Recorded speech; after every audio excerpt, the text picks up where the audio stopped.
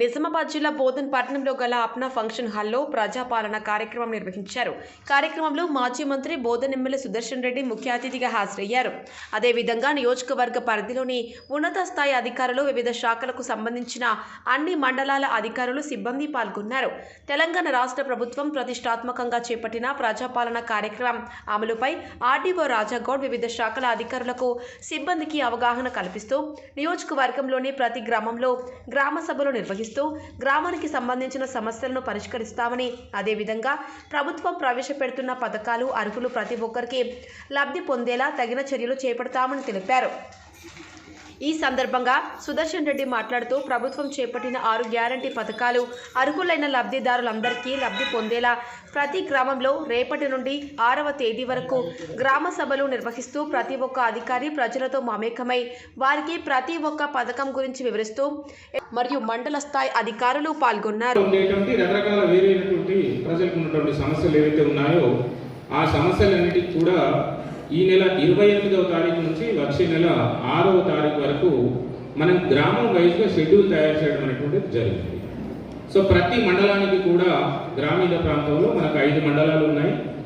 మనకి బోధన్, తర్వాత నవీపేట్, రెంజల్, తర్వాత ఎడపల్లి, ఈ 4 మండలాల్లో 2 టీమ్స్ ఉంటాయి. ఒకటి తహసీల్దార్ హెడ్ ఉంటాడు, ఇంకొకటి ఎంపీడీఓ ఉంటాడు. సాలూర మాత్రం ఒక తహసీల్దార్ మాత్రమే టీం పెట్టారు. ఈ ఒక్కొక్క టీం అనేటువంటిది ఉదయం 8 గంటల నుంచి 12 గంటల వరకు ఒక గ్రామంలో ఉంటుంది.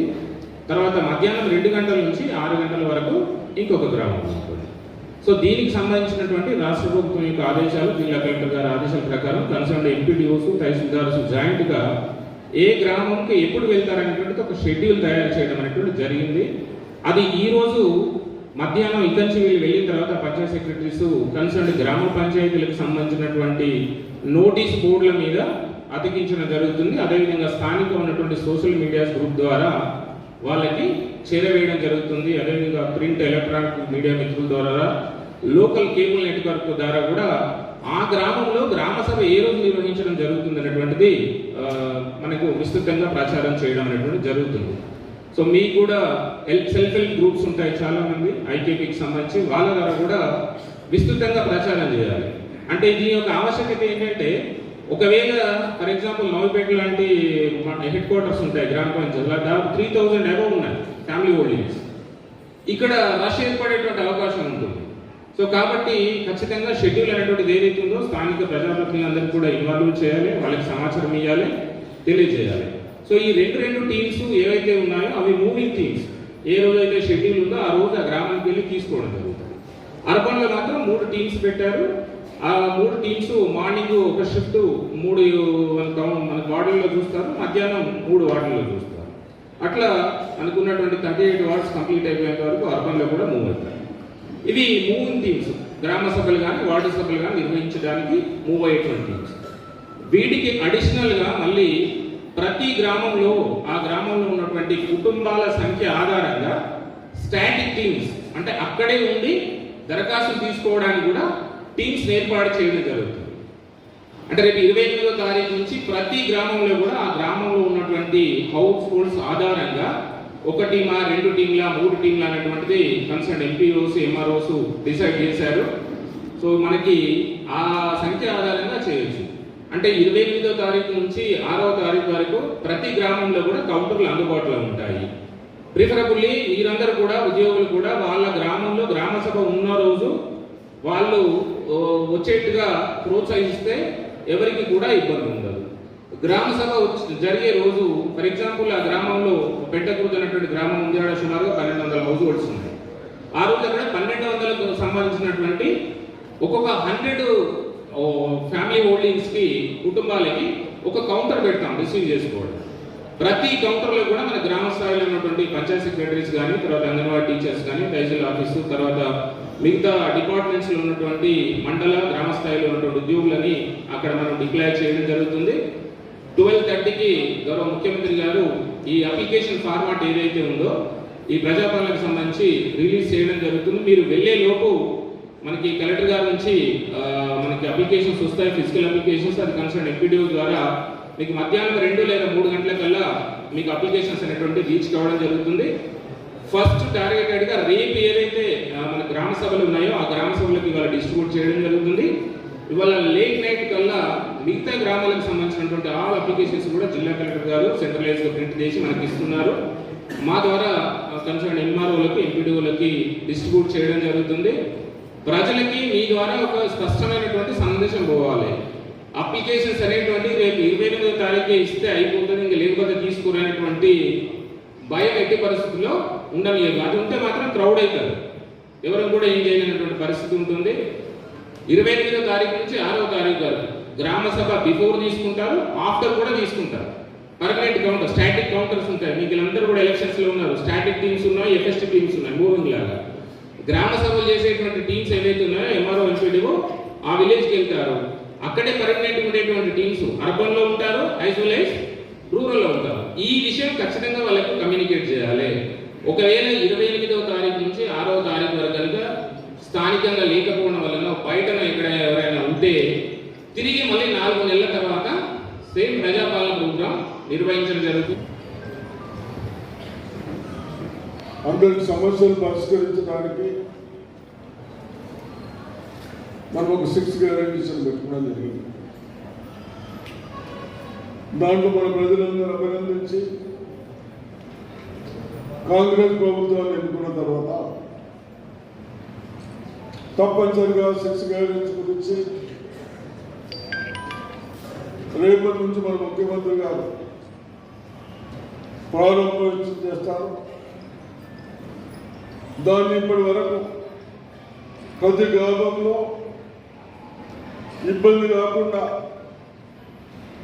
100 కుటుంబాలకు ఒక కౌంటర్గా, మహిళా సోదరులకు వేరే, జైన్స్కి మగవారికి వేరే కౌంటర్ పెట్టుకుంటూ అన్ని విధాల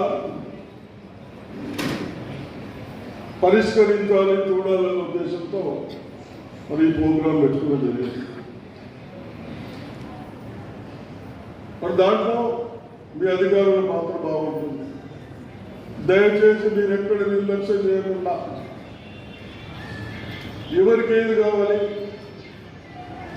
ఇల్లు లేక చాలా మంది బాధపడతా ఉన్నాం. దాంట్లో మనం ఒక గైడ్లైన్స్ పెట్టుకున్నాం. ప్లాట్ ఉన్న వాళ్ళకి ఫస్ట్ ఇల్లు ఇద్దామని, తర్వాత ప్లాట్ ఇద్దామని.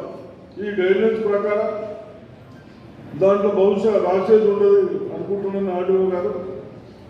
ఈ 5 సూత్రాలు 6 సూత్రాలకు పట్టుకు కేవలం టిప్పులు పెట్టుడే ఉంటుంది నేను అనుకుంటున్నాను. ఉంటుంది, మీరేదో రాయాలని అని ఇబ్బంది పడకుండా ధైర్యంతో ఉండండి. మీకు ఏది ఉన్నది ఏది లేదు, కేవలం అనుకుంటున్నాను నేను టిప్పులు పెట్టుడే ఉండాలనుకుంటున్నాను. ఆ విధంగా మరి ప్రతి గ్రామంలో ఒక టీం పోయినప్పుడు ప్రొద్దున ఒక విలేజ్, మళ్ళీ సాయంత్రం కూడా విలేజ్. మీరెక్కడ కొద్దిగా లేట్ అయినా ఇబ్బంది పడకుండా వాళ్ళ సమస్యలన్నీ మన ప్రభుత్వాన్ని దృష్టికి తీసుకొస్తే మనం పరిష్కరిస్తాం. కాబట్టి మన నిర్లక్ష్యం చేయబట్టి వాళ్ళ సమస్యలు మళ్ళీ అదే విధంగా ఉండద్దు. నేను ఆఫీసర్లు రిక్వెస్ట్ చేస్తూ ఉన్నాను అందరికీ అటువంటి వద్దు. మరి తప్పనిసరిగా దీన్ని 8 days, రేపటి నుంచి 28 నుంచి 6 వరకు, బహుశా 3 days గ్యాప్స్ హాలిడేస్ ఉన్నాయి. 8 రోజులు టైం సరిపోతుంది. కాబట్టి మన అందరి ఎంప్లాయీస్ని ఇన్వాల్వ్ చేశాం. దేని కొరకు?